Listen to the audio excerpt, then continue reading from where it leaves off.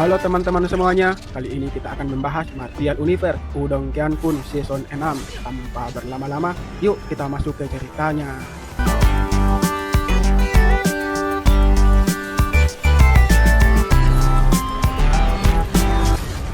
Di awal cerita, kita diperlihatkan pintu masuknya Tanah Rahasia Kuno.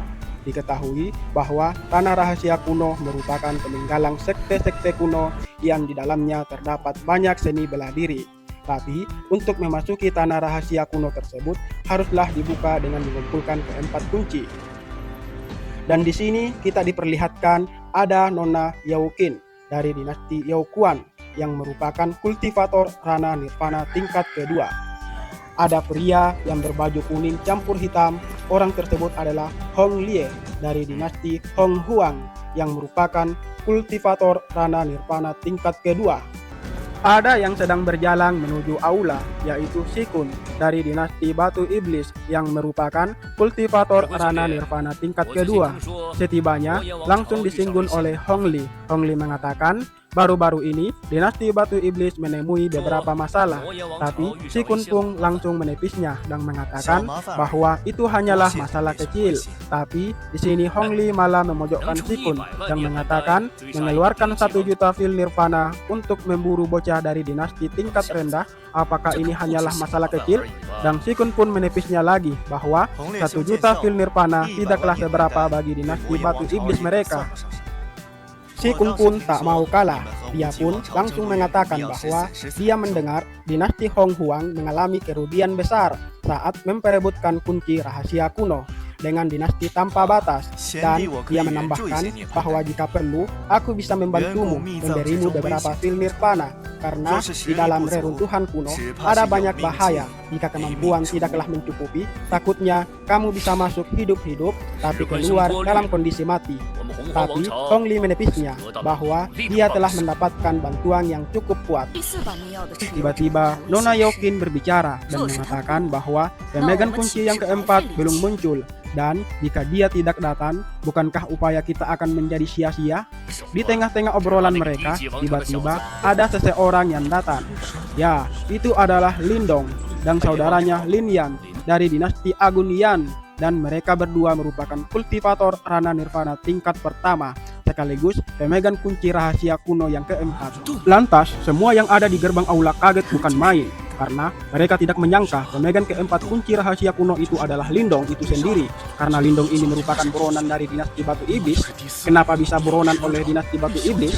Karena Lindong di season 5 kemarin, Lindong ini merupakan sosok yang membunuh si Xuan yang merupakan saudara dari Sikun. Lalu Hong Li meledek Sikun dan mengatakan bahwa 1 juta fil Nirvanamu akan batal digunakan karena sosok buronan itu sudah ada tepat di hadapanmu.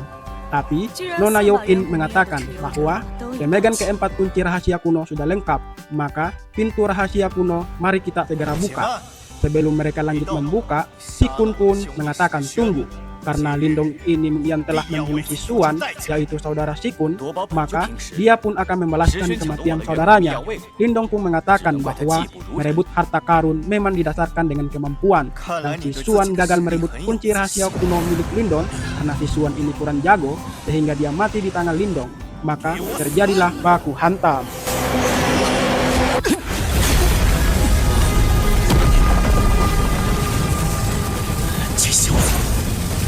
Karena Lindong ini bukan kaleng-kaleng, maka serangan macam begitu sama sekali tak berarti bagi Lindong.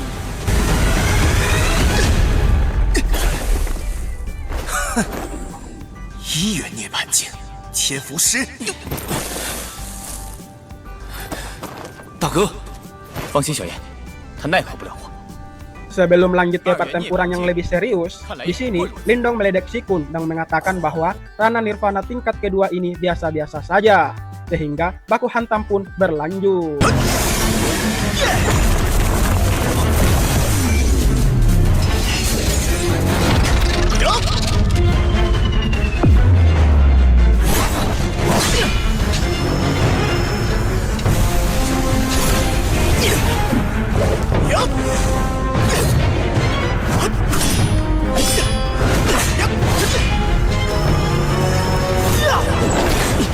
Di sini kita lihat bahwa pertempuran mereka terlihat seimbang, padahal Lindong ini hanyalah kultivator Rana Nirvana tingkat pertama, sehingga di sela-sela pertempuran mereka, Hon Li mengatakan bahwa bocah bernama Lindong ini benar-benar tidak sederhana.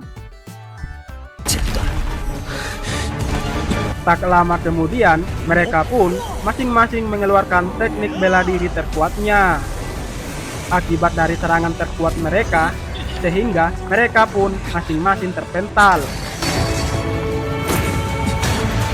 Mereka ingin melanjutkan pertempuran kelebihan serius, tiba-tiba Nona Yokin menghentikan mereka dan mengatakan bahwa kami berusaha payah mencari kunci tanah rahasia kuno, bukan datang hanya untuk melihat kalian menyelesaikan dendam pribadi. Maka berhentilah sampai di sini. Lalu Hong Li membenarkannya bahwa kita semua datang untuk mendapatkan harta karun dan seni bela diri di dalam tanah rahasia kuno, dan seluruh kedua belah pihak harus ada yang mengalah dulu. Lalu Sikun pun menurutinya dan mengatakan ke Lindong bahwa dendam kita belum selesai dan jangan harap kamu bisa keluar hidup-hidup dari tanah rahasia kuno ini. Karena Lindong ini bukan penakut, sehingga dia mengatakan dia akan siap kapanpun itu. Akhirnya, keempat kultivator pun siap membuka kunci pintu dari tanah rahasia kuno.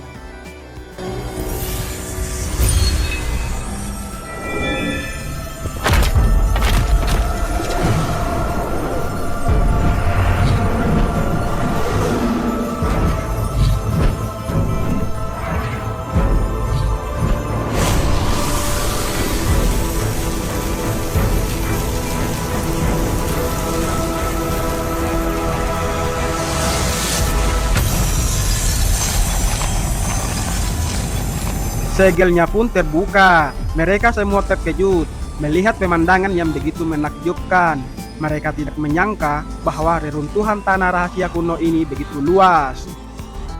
Hong Li mengatakan bahwa reruntuhan tanah rahasia kuno yang seluas ini pasti tersimpan harta karun yang tidak terhitung jumlahnya, sehingga dia menegaskan bahwa jika kebetulan kita bertemu saat sedang mencari harta karun, dinasti Hong Huangnya tidak akan menunjukkan belas kasihan. Lalu mereka dan para pengikutnya pun pergi. Dan ada pria misterius anggota dari dinasti Hong Huang, auranya begitu familiar bagi Lindong. Apakah dia nanti akan terjawab? Lanjut, saat Nona Yokin juga pergi bersama pengikutnya, di sini tinggal kubu Lindong dan kubu Sikun. Tampak mereka saling bertatapan, sehingga anggota dari dinasti Batu Iblis mengatakan bahwa apa yang harus kita lakukan. Sikun pun mengatakan bahwa mencari harta karun jauh lebih penting. Setelah mendapat harta karun, baru kita mencari kesempatan untuk menghabisi bocah itu. Lalu mereka pun pergi.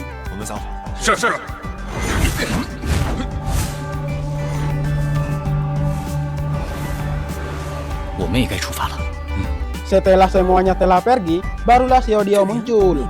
Lindong mengatakan ke Xiao, apakah kamu punya pendapat? Menurut Xiao, sekte seluas ini pasti tersimpan berbagai jenis pil obat berharga. Maka dia menyarankan agar Lindong pergi ke tempat ruang pil dulu. Lindong pun menuruti apa yang dikatakan oleh Xiao. Akhirnya mereka sampailah di suatu tempat. Pada saat mereka sampai, Lindong pun terkejut karena pergerakan lawan begitu cepat. Sehingga Ling Yan pun mengatakan, apa yang harus kita lakukan? Lindong pun mengatakan, kita akan masuk.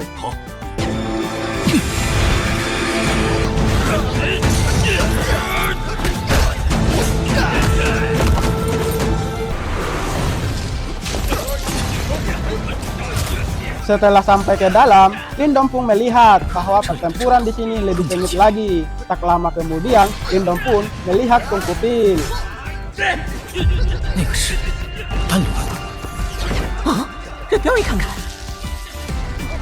Xiao pun melihat dengan mata berkaca-kaca dan mengatakan bahwa itu adalah pil reinkarnasi hidup dan mati. Lindong pun bertanya, apa itu pil reinkarnasi hidup dan mati? Apakah itu pil obat yang sangat berharga? Xiao pun menjawab bahwa pil reinkarnasi hidup dan mati adalah jika kultivator memilikinya, maka meskipun seluruh meridiannya putus dan pil esensinya yang hancur, maka dia tetap bisa pulih seperti semula dengan mengandalkan pil ini. Dia juga mengatakan, jika aku bisa mendapatkannya, maka aku bisa membentuk kembali tubuh fisikku. Maka Lindong pun mengatakan, kalau begitu kita akan rebut reinkarnasi hidup dan mati itu. Xiaoyan mengatakan bahwa urusanmu adalah urusanku juga, sehingga Xiaodio pun terharu. Di sini kita bisa melihat untuk mengambilnya tidak mudah karena ada pihak lain yang tiba lebih dulu dan ingin mengambil reinkarnasi hidup dan mati itu juga. Mereka adalah Yan Zhen dari dinasti Yao Kuan yang merupakan kultivator Rana Nirvana tingkat kedua, yang berseteru dengan Tiang Zhen dari dinasti Hong Huan yang merupakan kultivator Rana Nirvana tingkat kedua.